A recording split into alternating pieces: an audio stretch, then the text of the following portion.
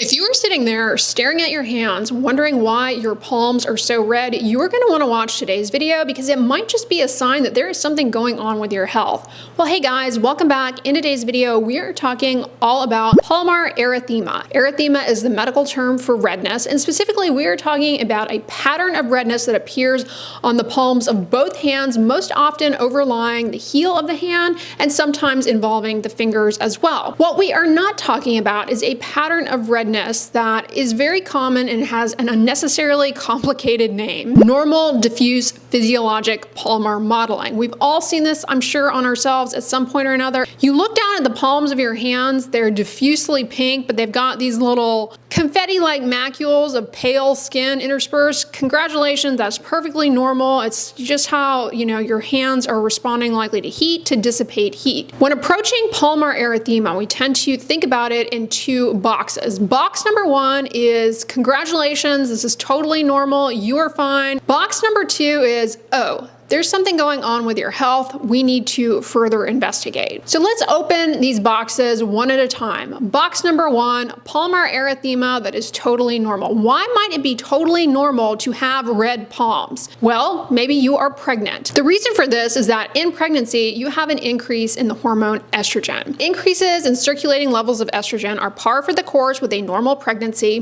Not only that, but with pregnancy, you also have a lot more blood being made to support the growing baby. In the case of palmar erythema, it typically appears first around month number 2 of pregnancy, and it usually resolves within 2 weeks of delivering the baby, although sometimes it can linger around for up to 2 months. It may itch, it may be associated with an increase in sensitivity, and for that reason, I suggest if you are pregnant, be really gentle with the hand care products that you use. You don't want to use harsh soaps, heavily scented lotions. You may find that your skin is just a lot more easily irritated, likely related to the increased blood flow. In addition to the red palms, your feet may also be red in pregnancy. Again, it's going to go away once you deliver. Reason number two that is totally normal and healthy and not a problem to have red palms is, well, you inherited this from some family member. It's genetic. Hereditary palmar erythema. This usually appears at birth, but it may appear later on in life. And if you have this,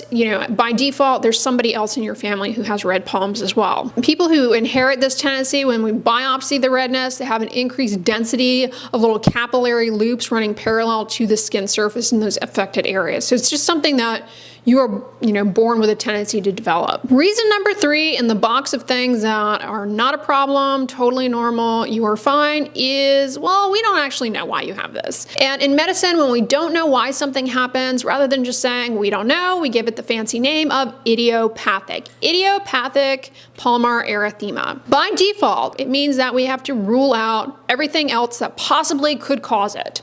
And once we rule everything out, we don't know, it's idiopathic, and you're fine. So it is a diagnosis of exclusion. So that being said, let's move into box number two, probably why you clicked into this video. These are some medical reasons why you might have red palms. Medical problem number one associated with palmar erythema is liver disease, end-stage liver disease, cirrhosis of the liver. Your liver is really important for breaking down estrogen, but if your liver is all scarred down and not functioning properly, well, you have an increase in circulating estrogens, and that can influence blood flow, and that is why people who have liver disease often develop palmar erythema. 23% of patients with cirrhosis of the liver will have palmar erythema, so it is a clue to liver disease. When you hear cirrhosis of the liver, you probably think, well, alcohol, right? Well, you can develop cirrhosis of the liver from a variety of different diseases of the liver. It's just an end-stage liver disease where the liver has become scarred down. That may be related to a genetic disease of the liver like Wilson's disease or hereditary hemochromatosis. 23% of people with liver cirrhosis, regardless of the cause, will have palmar erythema.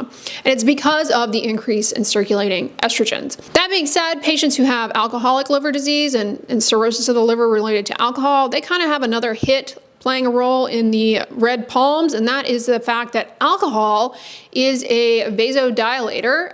That's why patients who drink alcohol, they often appear flushed. Check out my video on what alcohol does to your skin. I go over all the ways it impacts the skin, including the skin of people who abuse it. So check that out. Medical reason number 2 for red palms is hyperthyroidism, thyrotoxicosis. 18% of patients with thyrotoxicosis, high thyroid, will have palmar erythema because in thyrotoxicosis, you also have an increase in circulating estrogen levels.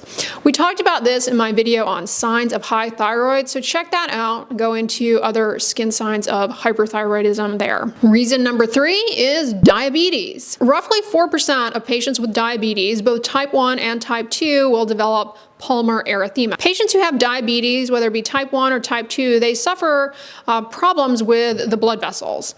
And if you recall back to my video on skin signs of diabetes, not only did I mention the red palms thing, but a lot of patients who have diabetes, they also will develop a type of facial redness called rubeosis. So this kind of goes along with that. Medical reason number 4 for red palms is rheumatoid arthritis. About 60% of patients who have rheumatoid arthritis will have palmar erythema. If you have rheumatoid arthritis and you have palmar erythema, congratulations, it's actually a good sign for you, because patients with rheumatoid arthritis who have palmar erythema, for whatever reason, it's associated with being less likely to have deformities of the fingers, and it's also associated with better hemoglobin levels in comparison to patients who have rheumatoid arthritis and do not have palmar erythema. Why that is, we don't know, but if you have rheumatoid arthritis and you have red palms, it is actually a good sign for you. Rheumatoid arthritis is an autoimmune disease. There are other autoimmune diseases that also can be associated with palmar erythema, namely systemic lupus erythematosus. Roughly 1 to 4% of patients with lupus will have palmar erythema. Patients who have lupus can have a wide variety of different skin, hair, mucous membrane findings. These include things like hair loss, a butterfly or malar rash. They're very photosensitive, and they may have pigmentary changes and different rashes. So palmar erythema would not be an unusual finding in someone with lupus. Reason number 6, if you or a loved one is undergoing a bone marrow transplant, you might unfortunately develop a condition known as graft versus host disease. And in the beginning of graft versus host disease, you can develop a type of rash that initially presents with redness on the palms. It's like a very classic finding in patients who have graft versus host disease, and that is a very helpful finding. The palmar erythema, usually for whatever reason, right here on this part of the hand, there's often redness. This finding usually appears anywhere between 7 and 21 days into the course of graft versus host disease. So it's definitely an earlier finding and can be really helpful in finding it early so it can be treated early. Reason number 7 for red palms are infections. Now, to be clear, these infections are not super common in otherwise healthy people. These are things that we might be more on the lookout for in ill patients in the hospital, namely something called subacute bacterial endocarditis, basically an infection in the heart. Sometimes can present with redness on the palms. Unfortunately, syphilis is on the rise, and babies born with syphilis can be born with rashes on their hands, including redness. So it can be a sign of congenital syphilis. If you're somebody who enjoys imbibing in unpasteurized milk products, be aware of brucellosis, an infection that you can get from that. And palmar erythema is a possible presenting sign. Category number 8 of things that can cause your palms to be red, palmar erythema, is poisoning, specifically mercury poisoning, otherwise known as acrodynia or Pink's disease. Fortunately, we don't see this as much anymore, but it's a painful redness of the hands related to mercury poisoning. Check out my video on those problematic bleaching creams with high mercury in them as a cause of mercury poisoning. I clump smoking in the category of poisoning because, it is a form of poisoning, if you will, and smokers can often have redness on their hands. Certain medications can cause palmar erythema in one of 2 ways. The first way is because they might have toxic effects to your liver. They may cause liver dysfunction, which slows down the metabolism of estrogen, leading to higher estrogen levels, and that can present with redness on the palms. Now, that's something that any doctor who has prescribed a medication that comes with a risk for harms to the liver, they're going to be monitoring your liver enzymes, presumably, so that should not happen.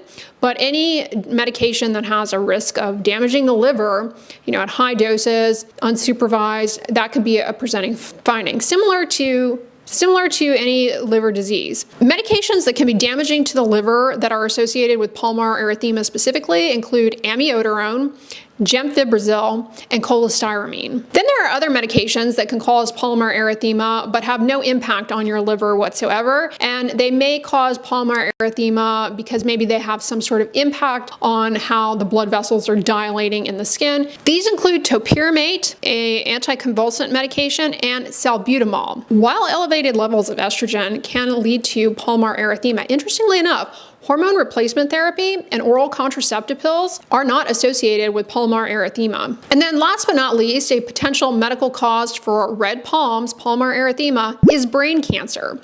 Cancers make all sorts of things abnormally, including factors that improve blood flow, vasculature. Cancers can also make estrogens. Cancers of the brain, for whatever reason, can make these things and lead to pulmonary erythema. And it can be a cancer that started in the brain or a cancer that started somewhere else and spread to the brain. Okay, hopefully at this point you're not completely terrified that you have some sort of severe medical illness because your palms are red. Make sure that you weren't just like leaning on your palms for a long time before watching this video. But if you do have pulmonary erythema, what the heck should you do? See your doctor. They should perform a complete history and physical to try and get at the root cause of why it is you have pulmonary erythema, and they likely will order some tests, a complete blood count.